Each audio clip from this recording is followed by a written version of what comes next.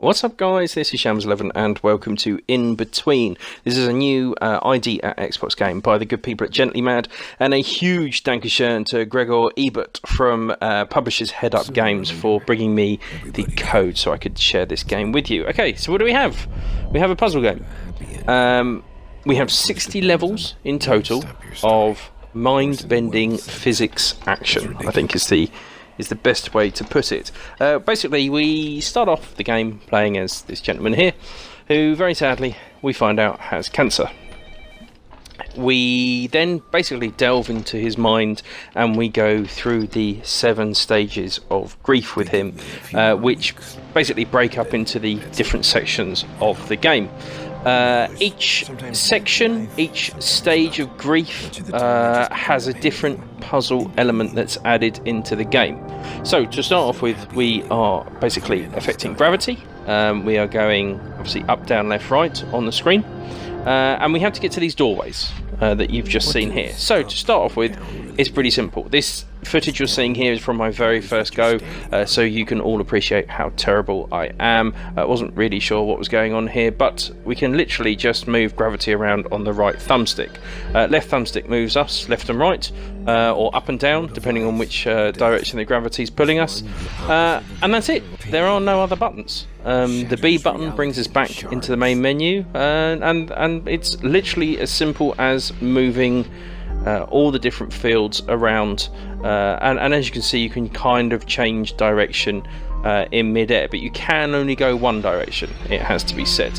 Touch one of these nasty spikes and you will be restarting, not always from the beginning. As we go on into the next stages, there are checkpoints because some of the levels are rather long, some of the puzzles are rather challenging, so thankfully it gives us a little help so we don't have to restart all the time.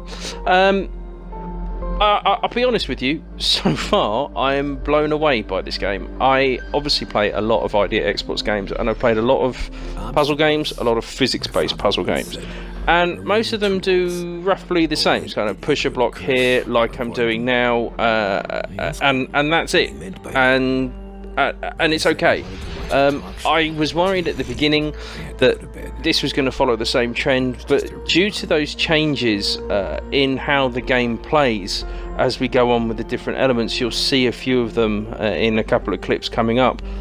It does keep the game feeling fresh and feeling different, which is probably the most important part. I have to say, I really enjoy the graphical style. As we go through, we learn stuff about this gentleman's life. We find these different kind of story scenes. We realise what he's going through. We find out quite early on that he had a friend that was a smoker and he isn't. So how is it fair that he is the guy that's suffered suffering from cancer and his friend isn't, sort of thing. And it's really nicely done. It's a really nice art style. When you clear out a section, you get a lovely little cut scene that you walk across and you find out stuff about. We also have various different elements like these activation switches that will make blocks appear. Here you go. Here's a little cut scene you can see whilst in the game. And we have sections that make doors open, switches that need to be pushed, and the exits aren't always obvious. Sometimes they're upside down, sometimes they're at weird angles. So here we go. This is into the second stage now. This is quite a bit further on, and basically this darkness will envelop you if you're not looking at it. So as long as you're facing the darkness, it will kind of recede and leave you alone, which adds sort of a timed thing to it. You can see here that this is a little cutaway into his story that, unsurprisingly, I died. So we're redoing this level.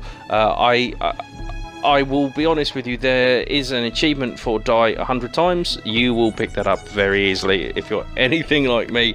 I think one of the later levels I've probably died on 50 times alone. Achievements wise, there's only 10 of them. They're all pretty much achievable just by playing the story through. The only 2 exceptions are, so here we go, this is the little cutscene I was talking about. Another cool little thing, actually, while I think of it, is the main menu. You're actually him as a child, and if you press B to go into the menu, you can actually walk around his bedroom, and yeah, the main menu is actually a little arcade he's playing. So also saying achievements wise, there's only 2 exceptions. One is die 100 times, which, as I say, you will pick up fairly easily. The second one is watch the credits, so basically complete the game. Here we have a different, this is anger, and sometimes no matter what you do, you cannot get away from anger, which is a really nice touch. You know, it follows you around. They don't all follow you around in this stage, but it's just, I felt this level was very clever. It's nicely linked into kind of the emotions, the grief, and the story. Overall, as I say, I am absolutely loving this. I think the art design is lovely. I really like the fact it's heavily story based. I like the fact that as you run around the levels, little bits of the story unlock. You don't have to wait for those cutscenes. The levels are certainly a challenge. Are there guides online? I'll be honest with you guys, I haven't even looked. I haven't needed to. I've just enjoyed solving the puzzles myself. I'm absolutely pleased. You know, don't look at these levels and think, oh my god, this is impossibly hard. I am just a klutz and like walking into spikes and big red giant balls of death.